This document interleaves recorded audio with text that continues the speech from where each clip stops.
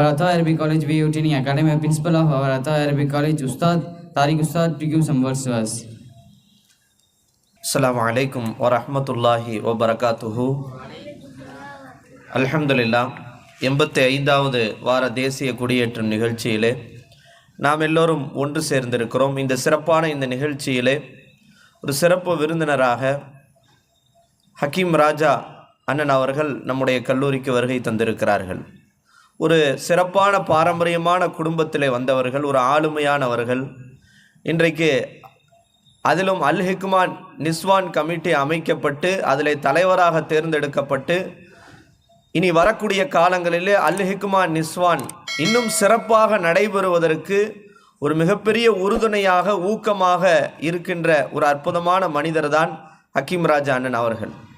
நேற்று அவர்களை அழைப்பதற்காக அல் ஹிக்மா எஜுகேஷனுடைய அந்த செயலாளர் சைஃபுல் இஸ்லாம் அண்ணன் அவர்களை தொடர்பு கொண்ட போது உடனே அவரிடத்தில் பேசி அனுமதியை பெற்று தந்தார்கள்.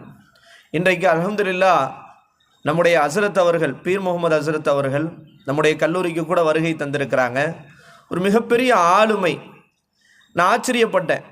கடந்த சில மாதங்களுக்கு முன்னதாக அவர்களுடைய அந்த நிஸ்வானுடைய பயான் நிகழ்ச்சிக்கு சிறப்பு பேச்சாளராக என்னை அழைத்திருந்தார்கள். அழைத்து போய் பார்க்கிற போது தான் தெரிந்தது ஒரு ஆலிம் எப்படி உருவாக வேண்டும், ஒரு ஆலிம் எப்படி ஆளுமையாக இருக்க வேண்டும் என்பதை அங்கே உணர முடிஞ்சிச்சு.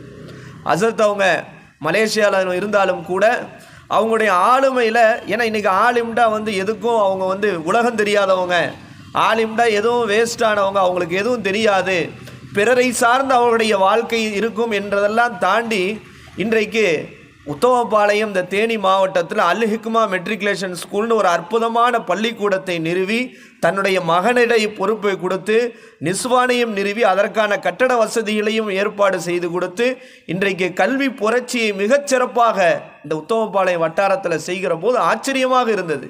அவருடைய வீடு, அந்த கட்டமைப்பு எல்லாம் வல்ல அல்லாஹு தாலா அவருடைய நிறுவனம் இன்னும் சிறப்பாக நடைபெறுவதற்கு அல்லாஹு தாலா அருள் புரிவானாக. அதில் ஹக்கீம் ராஜானன் அவர்கள் ஸ்கூலில் சட்ட ஆலோசகராகவும் பணிபுரிந்து கொண்டு அதே நேரத்தில் எல்லா விதமான ஆலோசனைகள், ஒரு குடும்பத்திற்கு குடும்பமாக, தோழருக்கு தோழராக, அந்த நிறுவனத்திற்கு ஒரு பக்கபலமாக ஹக்கீம் ராஜான் அவர்கள் திகழ்வதை நாம் கேள்விப்படுகிற போது எல்லாம் வல்ல அல்லாஹு தஆலா அவர்களுக்கு நல்ல ஆரோக்கியத்தையும் நீண்ட ஆயுளையும் அல்லாஹு தஆலா தந்தருள் புரிவானாக என்ற இந்த நல்ல நேரத்திலே துஆ செய்கின்றோம். அல்ஹம்துலில்லாஹ் 85வது வார தேசிய குடியேற்றம் நிகழ்ச்சியில் நாம் ஒன்று சேர்ந்திருக்கிறோம். மாணவர்கள் இது எதற்காக? மாணவர்கள் என்றைக்கும் சோர்வடைந்து விடக்கூடாது. ஒரு மோட்டிவேஷனாக, தன்னம்பிக்கையோடு எல்லாருக்கும் ஒரு முன்மாதிரியான மாணவர்களாக நீங்கள் வர வேண்டும் என்பதற்குத்தான் இந்த முயற்சி. இன்ஷா அல்லாஹ் இந்த டிசம்பர் நெருங்கிருச்சு. எல்லாரும் 10th 11th 12th public exam நெருங்கிருச்சு. இன்ஷா அல்லாஹ் நம்முடைய மாணவர்களும் ரெகுலராக ஸ்கூலுக்கு போகக்கூடிய ஒரு சூழல் வர இருக்கிறது. கடந்த வருடம் அல்லாஹ்வுடைய கிருபையில் ஆல் பாஸ் ஆனாங்க. ஒரு நல்ல மதிப்பெண் 600க்கு 532 மதிப்பெண்ணை முஃபீஸ் அத்தாய் அவர் எடுத்தாங்க. 10th ஜாஃபர் சாதிக் 464 எடுத்தாங்க. இதெல்லாம் இது என்னதான் நல்ல மார்க்குன்னு சொன்னாலும் கூட இது குறைவான மார்க்கு தான். ஏன்னா ஆலிம் கல்வியை படிக்க உலகத்தில் இன்றைக்கி ஸ்கூலுக்கு வர்ற மாணவன் 100% டைவர்ஷனோடு வர்றான். அவனுக்கு பல்வேறு சிந்தனைகள், ஃபோனு, போதை பழக்கங்கள், பல்வேறு சினிமா பார்த்து அப்படியே அவன் சிந்தனையை செதறி வர்றான். ஆனால் அவனால் ஒரு ஸ்கூலில் ஒரு நல்ல மதிப்பெண்ணை எடுக்கிற போது அல்லாஹ்வுடைய வேதமான குர்ஆனையும் எந்தவித பழக்க வழக்கங்களும் இல்லாமல் கண்காணிக்கப்பட்டு நெறியோடு வரக்கூடிய நம் மாணவர்கள் இன்ஷா அல்லாஹ் இந்த வருடம் 10th 11th 12th சிறந்த மதிப்பெண்ணை எடுக்கணும். இன்ஷா அல்லாஹ் எடுக்கலாம்ல இன்ஷா அல்லாஹ். அப்போ அது என்னென்னா அதுக்கு நம்ம முழு முயற்சி எடுக்கணும். இரவு பகல் பார்க்காம நம்ம அதுக்காக முயற்சி செய்யணும், உழைப்பு செய்யணும். ஏன்னா இன்ஷா அல்லாஹ் நம்முடைய மாணவர்கள், இப்போ நம்ம முஃபீஸ் அத்தாயி கூட நம்ம சொல்லியிருக்கிறோம், இந்த வருஷம் நம்ம அரபி நல்லா நீங்கள் படிங்க, அடுத்தடுத்த வருடங்களில் இன்னும் 2 வருடம் இருக்குது, அது குரூப் எக்ஸாமுக்கான ஏற்பாடுகள், அதுக்குண்டான ஆலோசனைகள் நம்ம செஞ்சுக்கிட்டே இருக்கிறோம். ஏன்னா ஒரு பெரிய டீமாக வரும்போது அந்த குரூப் எக்ஸாமுக்கு தயார்படுத்துறதுக்கு ஒரு நல்ல தோதுவாக இருக்கும். அதை குரூப் எக்ஸாம் அட்டன் பண்ணுறதுக்கு நமக்கு 10th 11th 12th ரொம்ப பேசிக்கானது, மற்ற சப்ஜெக்ட் இருந்தாலும் கூட. அப்போ எந்த அளவுக்கு முடிஞ்ச அளவுக்கு நம்ம நல்லா தரவு பண்ணிட்டா குரூப் எக்ஸாம் எழுதும் போது நமக்கு ரொம்ப ஈஸியாக இருக்கும். அதான் வரக்கூடிய காலங்களில் என்னடா நம்ம மதரசாவில் சேர்ந்துட்டோம், இப்படி ஒரு கட்டமைப்பில் நம்ம இருக்கிறோமே, உலகத்தில் எல்லாரும் என்ஜாய்மெண்ட்டாக வாழ்கிறாங்க, நம்ம மட்டும்தான் இப்படி இருக்கிறோமோ அப்படின்னு நம்ம நினைக்க தேவையில்லை. இன்ஷா அல்லாஹ் அல்லாஹ்வுடைய கிருபையால் வருங்காலத்தில் நம்முடைய மாணவர்கள் நிறைய பேர் இன்ஷா அல்லாஹ் அரசு அதிகாரிகளாக வருவார்கள். அல்லாஹு தஆலா அதற்கு அருள் புரிய வேண்டும். அதற்கான முயற்சிகள் அல்லாஹ்ட்ட நம்ம துவா செஞ்சுக்கிட்டே இருக்கிறோம். ஏன்னா இந்த பெரிய சவால். மற்ற மதரசாக்களுக்கெல்லாம் ஒன்றுமே பிரச்சனையே கிடையாது. காலைல எஞ்சோமா, சுபுஹ் தொழுதம்மா, பாடத்தை நடத்தினோமா, எப்படி அவுத்துவிட்ட காலத்தை ஓப்பன் யூனிவர்சிட்டி மாதிரி நடக்குது.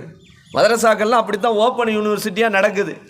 இன்றைக்கி மதரசாக்கள் அவ்வளோ, இன்றைக்கி அரசே மதரசாவை ஒரு எஜுகேஷனுக்கு தகுதி இல்லாத இடம் என்பதை போன்று சொல்கிற அளவுக்கு இன்றைக்கு மதரசாவுடைய வழிநடத்தல் அவ்வளோ மோசமாக இருக்குது.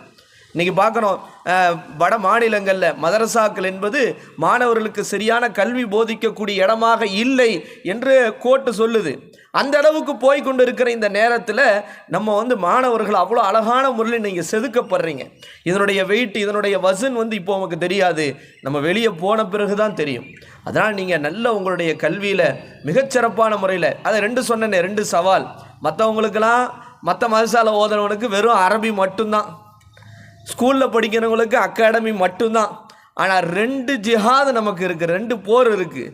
இதை நம்ம அகாடமியும் நம்ம மேனேஜ் பண்ணணும், அரபி ஸ்டடீஸையும் மேனேஜ் பண்ணணும். 2ஐயும் மேனேஜ் பண்ணுற மாதிரி தான் நம்முடைய கல்லூரியினுடைய வழிநடத்தல் இருக்குது. என்ன உஸ்தாத், அரபி படிக்கலான்னு பார்த்தா நீங்கள் அகாடமி படிங்கன்னு சார் சொல்கிறாங்க, அகாடமி படிங்கன்னு பார்த்தா அரபி படிங்க, இதுதான் தீனுடைய கல்வி தான் கபருக்கு வருன்றீங்க. எதைத்தான் நாங்கள் படிக்கிறது நீங்கள் நினைக்கலாம். ஆனால் இந்த டைட் ஷெடியூல் அப்படியே உங்களை சிரமப்படுத்துகிற மாதிரி தெரியும். ஆனால் மாஷா அல்லாஹ் மற்ற மாணவர்களோட மல்டி டேலண்ட் பர்சனை நீங்கள் தான் உருவாகியிருப்பீங்க. அது எந்த மாற்று கருத்தும் இல்லை. அதான் நீங்கள் என்ன செய்யணும்னா, உஸ்தாத்மார்கள் எப்படி வழி நடத்துகிறாங்க. இப்போ 10th வந்துருச்சு, கிட்டத்தட்ட அரபி ஸ்டடீஸ் ஃபுல்லாக கிட்டத்தட்ட நிறைய குறைஞ்சிருச்சு. உஸ்தாத்மார்கள் எவ்வளோ ஈஸியாக வழி நடத்துகிறாங்களோ அதுக்கு தோதுவாக உங்களை நீங்கள் தயார்படுத்தி கொண்டு நீங்கள் ரெடி ஆகும் போது இந்த 3 மாதம் கிட்டத்தட்ட அல்லாஹ்வுடைய கிருபையில் ஃபுல் ஃபனாக ஆயிர போகிறீங்க. அகாடமியில் அரபி ஸ்டடீஸு ஃபுல்லாக கட்டாக போகுது. ஒரு விதத்தில் நீங்கள் சந்தோஷப்படுற மாதிரி நினச்சாலும் நம்முடைய தர்பியத்தில் குறைவு வந்துடக்கூடாது. நம்ம என்னடா ஃபுல்லாக அகாடமியில் இருக்கும்போது நம்முடைய மனமாற்றங்கள் வந்துடக்கூடாது. 100% நம்ம ஸ்கூலுகளுக்கு போனாலும் கூட நம்ம அரபு கல்லூரி மாணவர்கள், நம்ம ஒழுக்கமானவர்கள், முன்மாதிரியானவர்கள் என்கிற அடையாளத்தை நம்ம இழந்துடாம அந்தந்த நம்ம ஸ்கூல்களில் போய் நம்ம இன்ஷா அல்லாஹ் சாதனை படைக்கணும். அல்லாஹ்வுடைய கிருபையில் பல வருஷங்களாக நமக்கு தமிழ் மீடியத்துக்கு அட்மிஷனே கிடைக்காம இருந்துச்சு. ஏன்னா தமிழ் மீடியம் போது கவர்மெண்ட்டுடைய இதில் அட்மிஷன் கிடைக்காம இருந்துச்சு. இந்த வருஷம் 11th 12th பெரும் முயற்சி எடுத்து சிபிஎஸ் ஸ்கூலில் தமிழ் மீடியம் மாணவர்களுக்கு நம்ம அட்மிஷன் வாங்கியிருக்கிறோம். அப்போ அந்த முயற்சியை ஏன்னா அது ஆர்எஸ்எஸ் சம்மந்தப்பட்ட ஒரு நிர்வாக கமிட்டி அமைந்த ஒரு ஸ்கூலு. அந்த ஸ்கூலில் நம்ம மாணவர்களுக்கு நம்ம சொல்லக்கூடிய சட்டத்தின் அடிப்படையில் அட்மிஷன் கொடுத்துருக்காங்கண்டா, அந்த சிபிஎஸ் ஸ்கூல் மாணவர்கள் எல்லா விதத்திலையும் அந்த ஸ்கூலில் ஒரு சிறந்த மதிப்பெண்ணை இன்ஷா அல்லாஹ் எடுக்கணும் 11th. அதே மாதிரி இலாஹி ஸ்கூலாக இருக்கட்டும், அல்-அஸ்ஹர் ஸ்கூலாக இருக்கட்டும். அதனால் ரொம்ப கவனமாக இருக்க வேண்டிய நேரம் இந்த நேரம். எல்லாம் அல்ல அல்லாஹு தஆலா நம்முடைய மாணவர்களை சிறந்த கல்வியாளர்களாக நீங்கள் உங்களுக்கு ஆச்சரியம், உங்களுக்கு தெரியல, இந்த மொத்த கம்பமுமே இந்த நம்முடைய கல்லூரியும் நம்முடைய மாணவர்களை பார்த்து அவ்வளோ ஆச்சரியப்படுறாங்க. அவ்வளோ ஆச்சரியப்பட்டு அவ்வளோ துவா செய்கிறாங்க. நம்முடைய இந்த ஊரில் இப்படி அற்புதமான ஒரு கல்லூரியை நடத்துகிறாங்களே அப்படின்னு எல்லாரும் மன மகிழ்ச்சி அடைகிற அளவுக்கு தான் அல்லாஹ் நம்மளை வச்சுருக்கிறான்.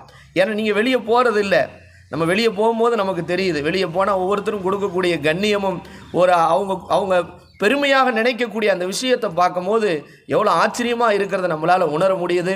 அதனால் வரக்கூடிய காலங்களில் இன்ஷா அல்லாஹ் சிறப்பான முறையில் உருவாகுவதற்கும் எல்லாம் அல்ல அல்லாஹு தஆலா அருள் புரிவானாக.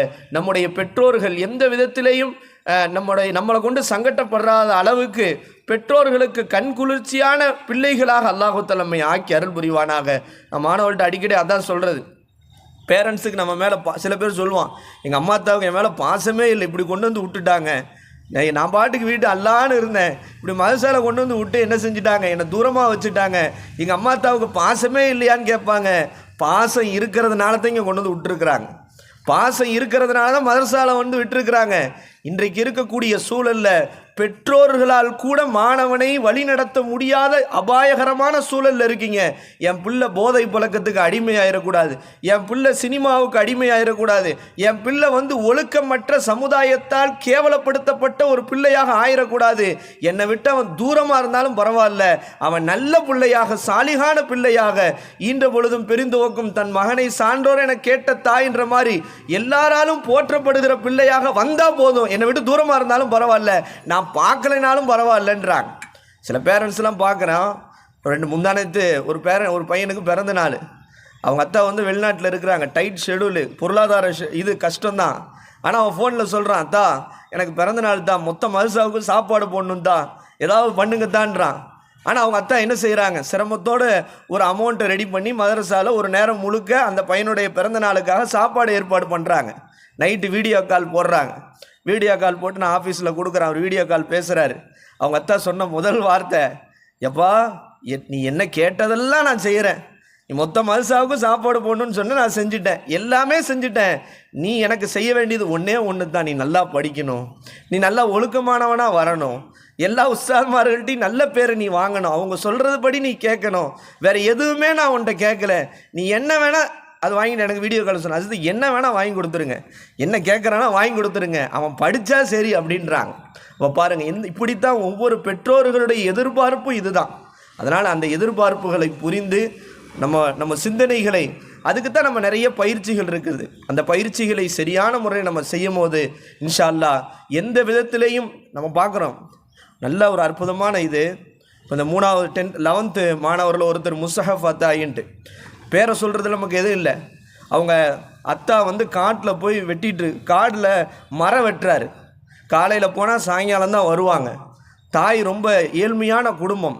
தன்னுடைய மகன் ஒழுக்கமானவனாக வர வேண்டும் என்று ஒரு மதரசாவுடைய கட்டமைப்பில் சேர்த்துருக்கிறாங்க. ஆனால் அந்த தாய் தந்தையினுடைய கஷ்டத்தை புரியக்கூடிய தகுதியில் அந்த மாணவர் இல்லை. அவங்க அத்தா அவங்க அம்மா கூட்டிகிட்டு வர்றாங்க, ஃபோனு கிடையாது, ஒன்றும் கிடையாது, கும்மாப்பட்டியிலேருந்து கஷ்டப்பட்டு அவனை இழுத்துட்டு வர்றாங்க. அசரத் சேர்த்திக்கோங்க, அசரத் அவனை நீங்கள் லீவ் எடுத்துட்டா அசரத் நீங்கள் கொண்டு போய் சேர்த்திக்கோங்க, அவனை உருவாக்குங்க. அந்த மாணவருக்கு திறமை இருக்குது, பேச்சாற்றல் இருக்குது, கிராத்தாற்றல் இருக்கிறது, ஆனால் மனசு சரியில்லை. அவங்க அம்மாவை மதிக்கலை, என்னம்மா இப்படியா கொண்டு விடுவேன் அப்படின்னு அவங்க அம்மாவே அடிக்கக்கூடிய துணிகிற அளவுக்கு அவன் மாறுறான். இதுக்கு என்ன காரணம்? ஏதோ ஒரு விதத்தில் அவன் ஊருக்கு போன இடத்துல டைவர்ஷன் ஆகிருக்கிறான். அவங்க தந்தை கொண்டு விடுறாங்க. அப்பயும் என்ன செய்கிறான், நம்ம முன்னாடி சரி நான் இருக்கிறேன்றான்.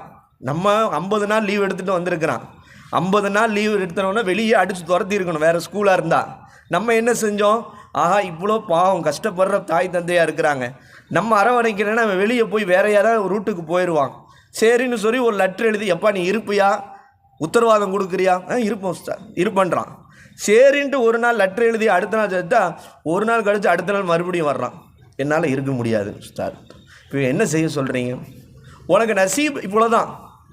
பாருங்கள், ஒரு தாய் தந்தையினுடைய கஷ்டம், அந்த சிரமம், அவங்க எடுக்கக்கூடிய ஏன்டா இப்படி போகணும்னு நட முடிக்கிற, உனக்கு என்ன இங்கே பிரச்சனை, என்ன பிரச்சனைன்னு சொல்லி சரி செய்து கொடுக்கலாம். உனக்கு ஏதாவது நாங்கள் டார்ச்சர் பண்ணுறோமா, அடிக்கிறோமா, கொல்றோமா? இல்லை. அவன் சொல்கிறான், என்னை 6th மதரசா போட்டுட்டாங்க, அதுதான் எங்கள் அத்தா அம்மா செஞ்ச பெரிய தப்புன்ற மாதிரி அவன் சொல்ல வர்றான். பாருங்கள் என்ன மாதிரி ஒரு சூழல்.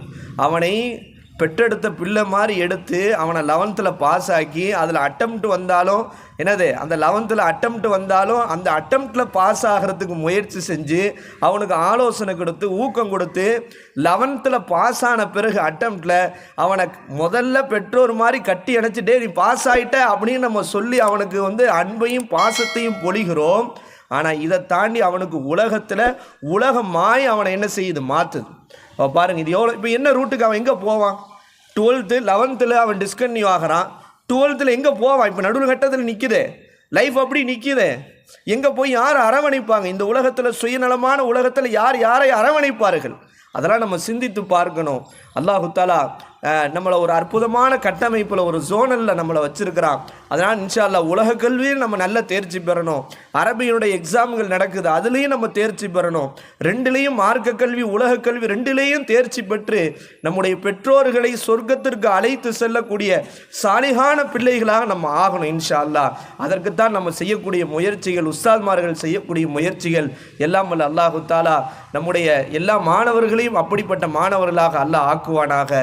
அதே போன்று இந்த சிறப்பு நிகழ்ச்சிக்கு வருகை தந்த சைஃபுல் இஸ்லாம் அண்ணன் அவர்களுக்கும் அதே போன்ற ஹக்கீம் ராஜா அண்ணன் அவர்களுக்கும் மிக்க நன்றியும் ஜஸாக்குமுல்லா ஹைரல் ஜஸா என்ற துவாவை நாங்கள் செய்து கொள்கின்றோம்.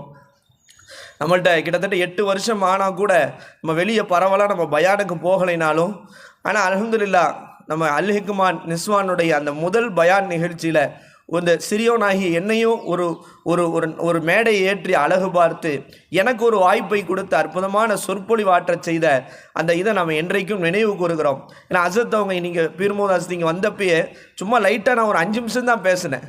இல்லை அவங்க இந்த ஃபீல்டில் இருக்கிறதுனால ஒரு 5 நிமிஷம் பேசினாலும் இவருடைய அந்த திறமையை அதை உள்ளுணர்வை அதை உணர்ந்து கொள்ளக்கூடிய ஆற்றல் அசத்துக்கு உண்டு.